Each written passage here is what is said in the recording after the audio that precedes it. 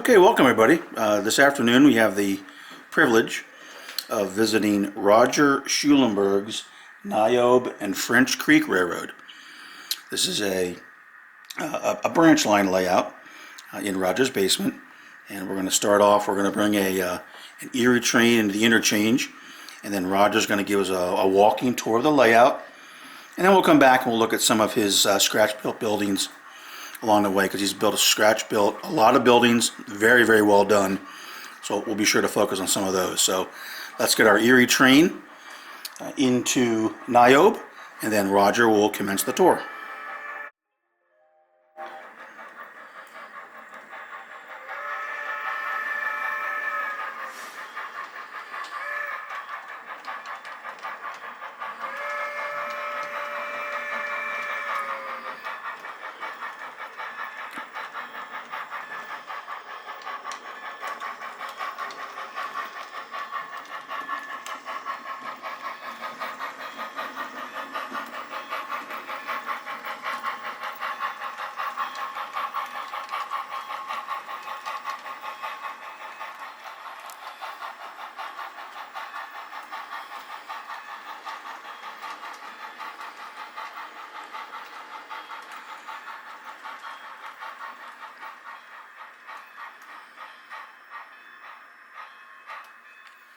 Alright, so here we are in Niobe. I said the Erie interchange train has come in, and now I'm going to let Roger just talk a little bit about the layout, and we'll kind of do a walking tour. The Erie would continue on from here, then we're going to walk around on the railroad itself. But Roger, why don't you explain the layout for us? Sure. Niobe is a mythical interchange with the Erie with the Niobe and French Creek.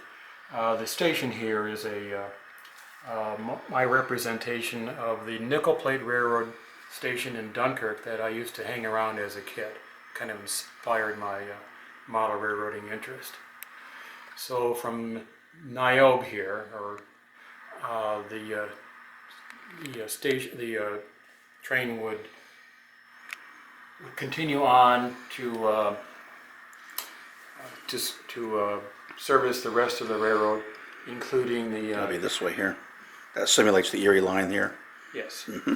And my Niobe and French curves along, and after we visited the New York, the Niobe Forging Company, that's a major industry that's served by my Niobe and French Creek Railroad, and that's a cobbled up several of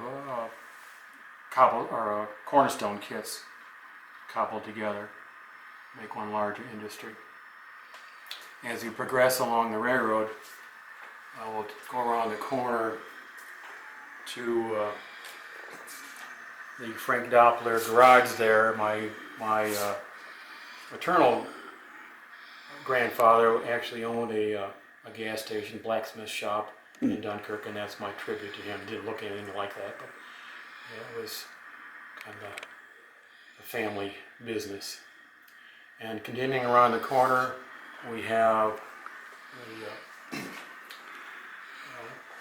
the Oliver Kane coal company, coal and oil. That's nice. Modeled on an actual coal dealership in Virgin, New York, outside of Rochester.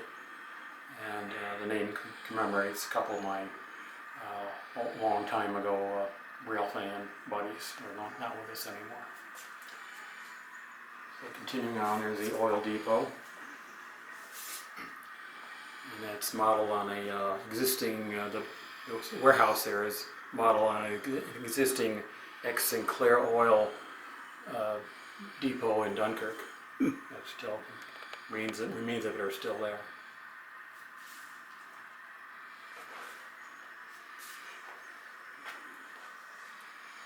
I said, don't worry, we'll come back and we'll look at the building. I know everyone's like, I want to see the buildings, but let's get the tour out of the way. Right. Then we'll come back and we'll look at the beautiful buildings here, yeah?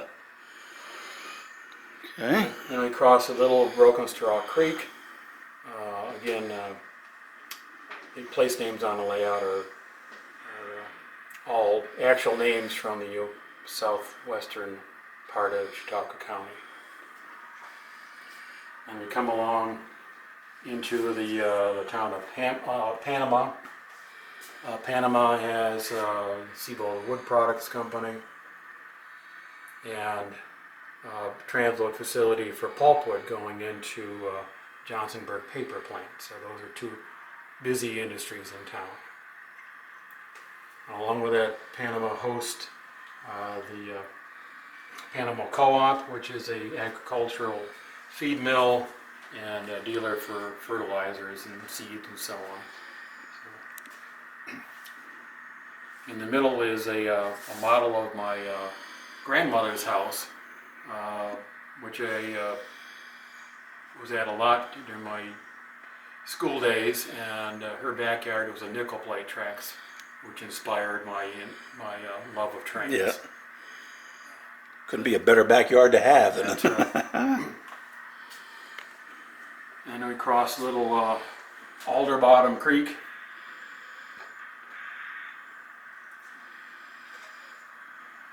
And through the woods into Hammett Springs.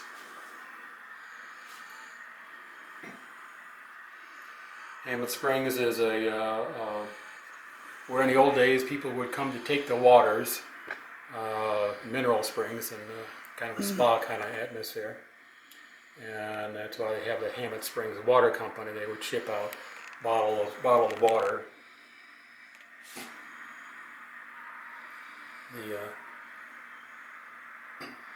The station at Hammett Springs is a reproduction of the New York Central's Leona, New York station, which was actually located about half a mile from my home. And Bill was asking Roger, because Bill's a structure builder himself.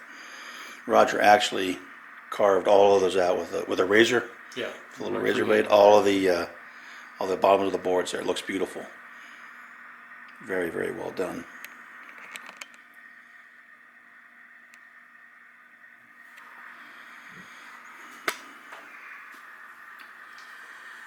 And around the corner through the cut.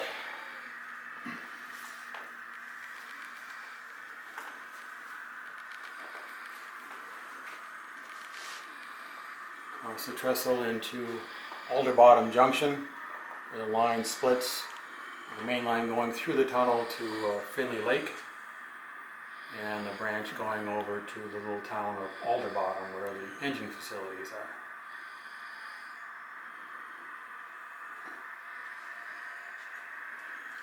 Alderbottom is a busy industrial town with Star Brick Company, with its own narrow gauge. It's got the little narrow gauge, yeah. And the Southern Tier Canning Company.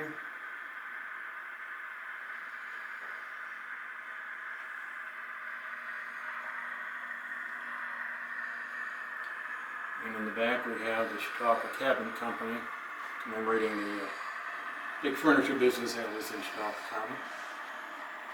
And the engine facilities of the Niobe French Creek RR. Set 1949, so we have both steam and diesel on the property.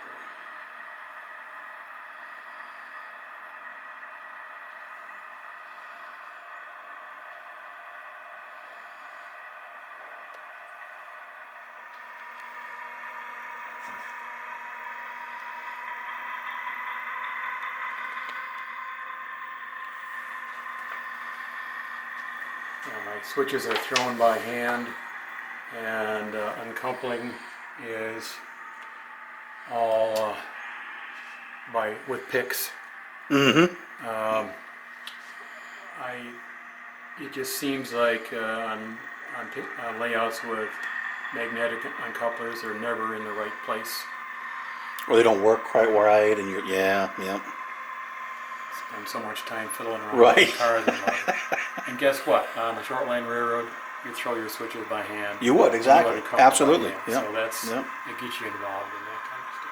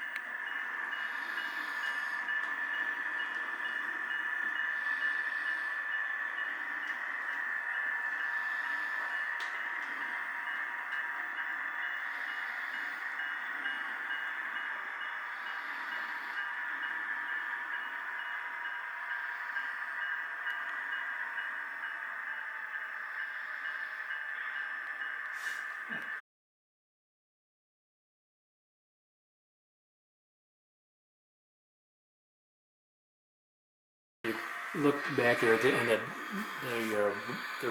back counter, the service counter there. I went Oh, so yeah, far as to yeah. putting little ketchup and mustard containers on the counter. Yeah, let me see if I can And, get that. The Yeah. donut dome cover, you know. It might not focus. Yeah, No, it may have, yeah. That is But beautiful, yeah, Roger, I don't yeah. tend to do that on all of them. But Oh, just- come on. Just kind of a couple here and there, you know, just to see if I could do it, you know. So that's kind of fun. This is a beautiful little town scene here. Well, I wanted, you don't have much room, and a couple of things I did. I wanted to offset the street scene, so it makes it a little more complicated. Mm-hmm. And you don't have that straight bowling alley look when you're looking down the road. I didn't have much room for transition from town to residential, so I only had room for 3 houses, but a couple of them are significant. The one in the middle there, the brown and white one, that's the first home that my wife and I owned in Dunkirk. So Okay, yeah. Before we left there, I took a lot of photos and measurements of that. So that's the actual home. That's the actual home. Wow, nice, yeah. And the one with the white with the green roof, that's where my mother grew up in Dunkirk. So I remember all the family stories about her time there. Yeah, awesome. The Yeah. other one is just a kit with it's a neat looking old house. It looks perfect. It looks like it fits. Yeah, absolutely. Yeah. So with the nickel plate station in the background, it kind of fits together and gives that a lot of meaning to me, anyways.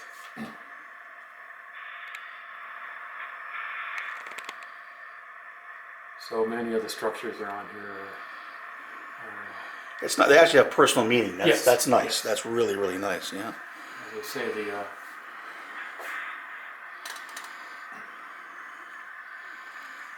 And is this an actual? The Nipin for it is an actual. no, that's kind of inspired by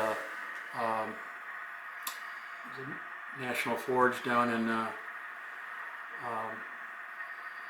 outside of Warren there. Okay. Oh yeah, we saw that. We were. Yeah, I think we saw that. They were Yeah. a shipper on the DAV, so that's kind of what inspired this. Yeah, that's the old Jack Work Timber City station from way back when. Okay. If you remember those, remember the '60s. How did you cut those out too? Yeah. And this is the only structure I built my own doors and windows on it. Oh, those are totally scratched? Yes. And I'll never do it again. Now this Roger is go ahead and explain again what you were telling Bill about this. It was a early scratch building project, and it was inspired by a Jack Work article. He had this great Timber City and Western module display back in the '60s, very popular model railroader. So I thought I'd try my hand on it. It's the only building that I actually scratch built the doors and windows on. An experiment that will never be repeated. I did it once, I'll never do it again. But you can say you did it. Yes. Yeah. And the interior, I can get this on. I actually put an interior Oh, in there, wow. so just to see if I could do that. So it was a fun project, and it's may yet find a place on it. The Panama Co-op here is really a compilation of two different buildings. The larger one, Beacon Feeds here, is actually the feed mill in Richfield Springs, which is in central New York. It's on the old DL&W branch line there. And then this other building is the up in Webster, New York, and it was actually a feed dealer that I used to ship to in my career. I used to ship boxcars of pet food into that particular location. And in fact, he's got one of his box cars right there. Awesome. The Hammett Springs Inn there is modeled on a prototype hotel currently exists in Chautauqua Institution. And it just seemed to fit there, and it's a justification for my vestigial passenger service on the Niobe French Creek in 1949.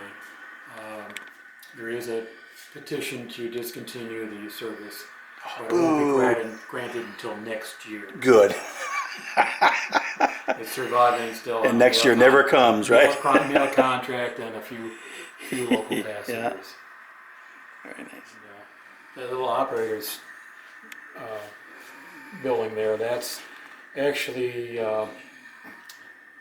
based on the prototype operator's station at Dayton, New York, on the Erie line where they crossed, where the Buffalo Southwestern and the Erie line into Dunkirk crossed there. I measured the remains of that place. It was collapsing in the woods. So that's built on a prototype also. Okay, nice, yeah.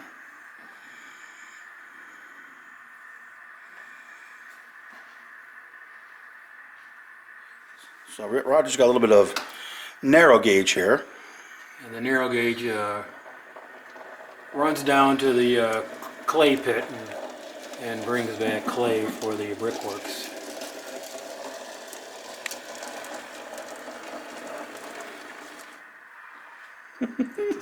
Oh, where's the, Yeah, that's scratch built also. That's based on another early model railroader article from about 1961, the Union Grove brick and tile works out in Illinois. Very nice. Yeah. And I got to say, Bill and I were both surprised because this depot here is actually just a plastic kit, but he's done a real nice, an excellent job of, getting it detailed and painted and weathered, and we would not have known. He surprised us that it was just a plastic kit. Now he's planning to, it's a stand-in for now. He's going to scratch build something more, from the area, but for now, he had Bill and I fooled. So it just shows you what you can do with some skill and some patience, a little bit of talent and some, yeah. But very, very well done. And now, Roger, you had said the southern tier is 2 Walthers It's just Cornerstone the kits. Cornerstone kit, the Yeah. Golden Valley Canning Company, I think it was, and I just spread it out, Mm-hmm. just to make it a little more prototypical sized factory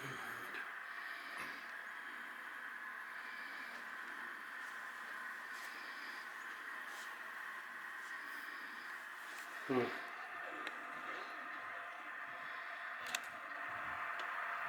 Is it Mike Mini? I don't remember. And advertising the magazines. Okay, that's cool. Just a battery operated thing. Is that what it is? Okay.